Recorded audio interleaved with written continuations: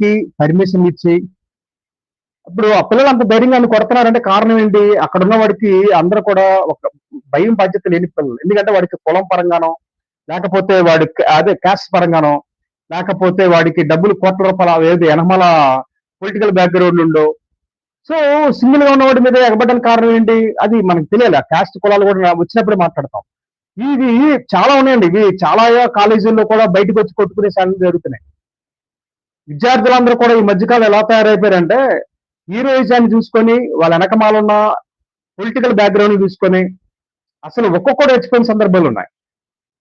ఉన్నాయండి. అది బాగా అహంకారం భయంకర ప్రౌడ్ ఉంటది. ఎందుకంటే మా క్యాస్టోడు మేమందరం రాజకీయ నాయకులు, వాళ్ళ పిల్లలం, మా క్యాస్టోడు సీఎం, మా క్యాస్టోడు మళ్ళీ ఇంకో సీఎం, ఇంకోడు వాడు వస్తే మా కాలేజీలే, మా కంపెనీలే.